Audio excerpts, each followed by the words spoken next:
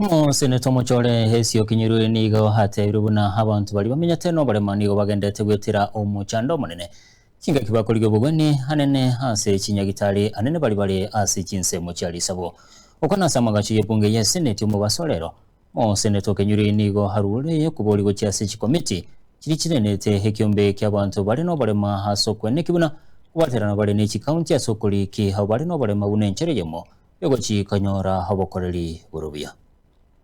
On a matter of national concern regarding the decentralization of medical assessment services for persons with disabilities.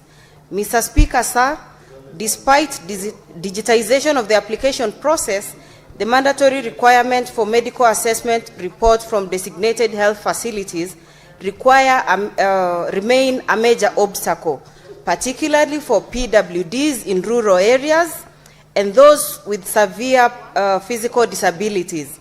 The high cost of mobility and logistical challenges have excluded many from accessing certificates, thereby denying them critical benefits such as assistive devices, educational support, tax reliefs, and social protection programs.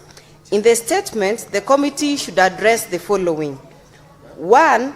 The county-level figures vis-a-vis the national registered number of persons with disabilities in each county and the steps being taken to bridge the gap in statistics, including specific details on the following. A. Any joint effort between the Ministry of Labor and Social Protection, the National Council for Persons with Disabilities, and other government institutions to decentralize and bring medical assessment services closer to PWDs, particularly in rural and marginalized areas. B. Efforts by the government to undertake periodic outreach programs to facilitate medical assessment for PWDs, especially those with mobility challenges in underserved, far-flung areas, and strategies to establish permanent medical assessment centers in the said areas, and the steps being taken to simplify the registration process for PWDs. Secondly, the measures to ensure that no PWD is denied access to government incentives and reliefs accruing from PWDs for failure to obtain disability certificate, particularly where they have faced apparent challenges in the registration process.